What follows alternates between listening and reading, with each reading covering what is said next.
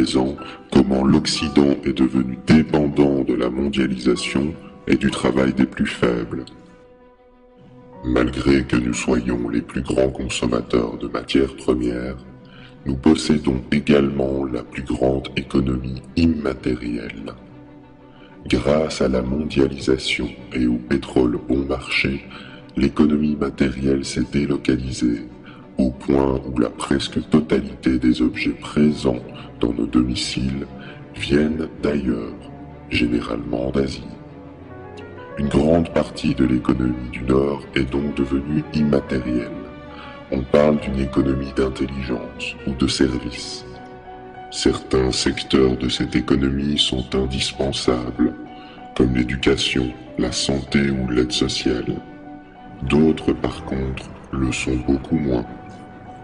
Prenons le cas de Wall Street, qui versera quelques 144 milliards de dollars de rémunérations diverses cette année, à brasser du vent.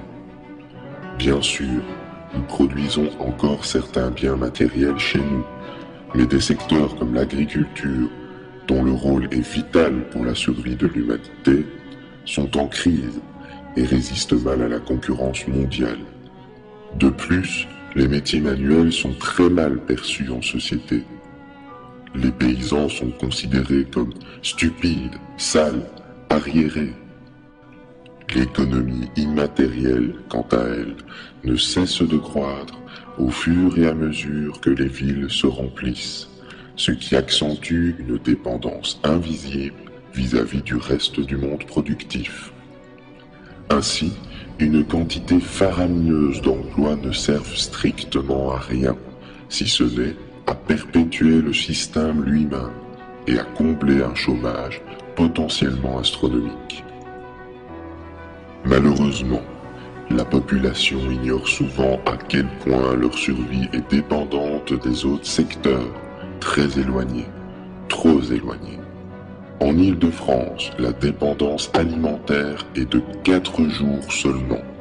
En cas de pénurie de pétrole par exemple, ce qui est envisageable d'ici 40 ans, et sans énergie pour le remplacer, tous les transports aériens et motorisés seront bloqués et toutes les grandes villes seraient plongées soudainement dans l'anarchie, faute de nourriture, faute de pouvoir se déplacer.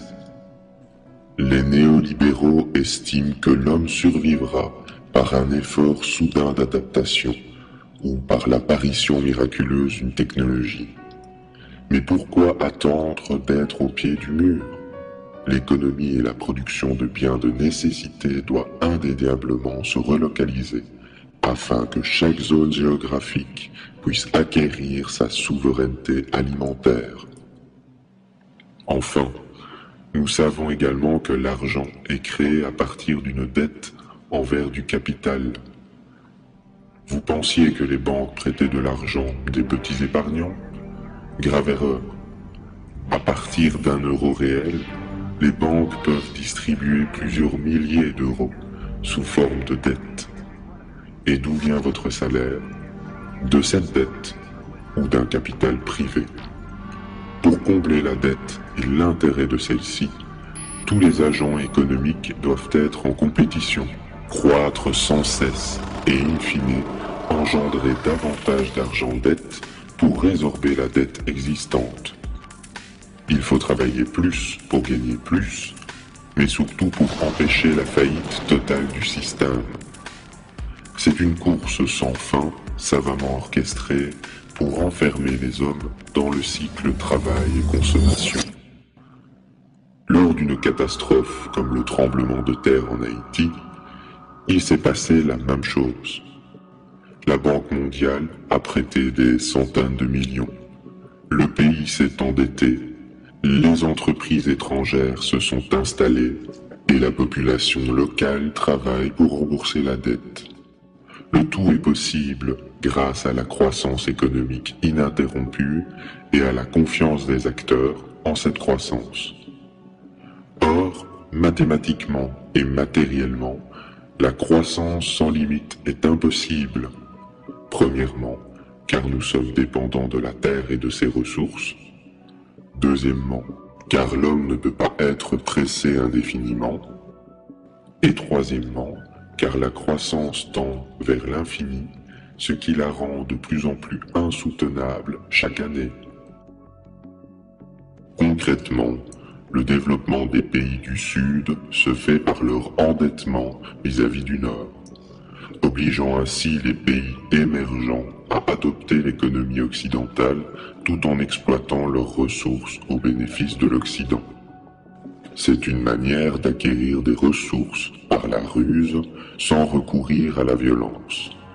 Or, nous savons qu'il est strictement impossible que ces pays consomment comme nous, sans une baisse de consommation volontaire ou forcée de notre part. La Chine est d'ailleurs un des rares pays du Sud à envisager ce problème. Le pays dépense des fortunes dans l'achat de terrains en Afrique, afin d'y produire de la nourriture qu'elle puisse importer plus tard. Cette pratique démontre que pour atteindre un niveau de vie occidental, un pays doit nécessairement exploiter la force de travail et les ressources d'autres peuples. Cette situation est paradoxale, car seule une poignée d'individus profite réellement de la situation. Chez nous, non seulement notre mode de vie nous endette envers des institutions financières invisibles, mais nos chefs d'État sont forcés de se soumettre à elles en adoptant des politiques d'austérité. La société de consommation ne fait que renforcer notre endettement, notre soumission au travail, notre dépendance aux ressources du Sud et par la même occasion, la crise écologique et sanitaire. Comment arrive-t-il à vous convaincre de travailler plus, alors qu'en 2 semaines à peine, un homme produit autant de richesses aujourd'hui que pendant toute l'année 1900. Nous savons également que dans les sociétés primitives, 2 jours par semaine suffisaient à offrir un toit, à manger et à répondre aux besoins de la communauté. Sans glorifier le passé, imaginez ce qui serait possible avec nos techniques modernes des milliers de fois plus productives. Grâce aux nouvelles technologies, aux gains de productivité et à l'effort collectif, nous aurions dû évoluer naturellement vers une société moins travailleuse, axée sur le partage de ce qui est produit en surplus par une réduction générale du temps de travail. Se libérer du travail, ce que nous appelons le chômage, était une fatalité, un aboutissement de l'évolution. Nous en avons fait un tabou. Comme ce fut le cas tout au long de l'histoire humaine, un système en remplace un autre quand il atteint ses limites. Ce dont nous avons besoin, ce n'est pas seulement d'une révolution économique, mais également d'une révolution psychologique, d'un basculement des valeurs qui mènera à un changement de paradigme vers une société où l'égalité prendra un sens réel. Cela ne signifie pas que le travail va cesser d'exister.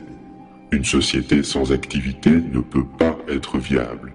Nous avons besoin localement d'une activité humaine, mais qui ne soit pas basée sur l'endettement, la croissance à tout prix ou le consumérisme. L'activité humaine est essentielle, mais il semble évident qu'une partie de cette activité aujourd'hui est contre-productive en raison de la pression sociale et environnementale qu'elle occasionne. S'il y a une leçon à retenir de cette histoire, c'est de ne pas stigmatiser les individus en marge de la société de consommation, comme les pauvres ou les inactifs, car pragmatiquement, leur impact social et environnemental est bien moindre qu'un consommateur lambda. Il faut aussi comprendre que pour chaque emploi inutile ou nuisible que nous exerçons, c'est la collectivité qui en supporte le coût indirect. Les modes de vie simples et locaux, collectifs ou non, ne doivent pas être stigmatisés, car nous savons désormais qu'être trop productif n'est pas synonyme de bonheur, et que la fin du pétrole va de toute manière ralentir et relocaliser notre existence. La société de demain devra prendre en compte les besoins de la majorité avant les plaisirs d'une minorité. au risque d'essuyer une crise sociale d'envergure mondiale. Pour y arriver, nul besoin d'une dictature. Le changement est en chacun de nous. Nous qui allons à notre tour montrer l'exemple, en passant l'information, en sortant nos amis ou notre entourage de leur torpeur. Le mouvement est déjà en marche. Nombre d'entre vous, dans les marges de la société, créent le changement, s'investissent dans des associations, informent leur entourage de la réalité, construisent leur autonomie, objectent la croissance, adoptent la simplicité volontaire ou favorisent la production locale des ressources. Gandhi disait, pour changer le monde, il faut se changer soi-même. Ainsi, nous ne pouvons envisager de changement sans à la fois remettre en question notre manière de penser, notre manière de consommer et notre manière de travailler. Pour un avenir serein. Merci.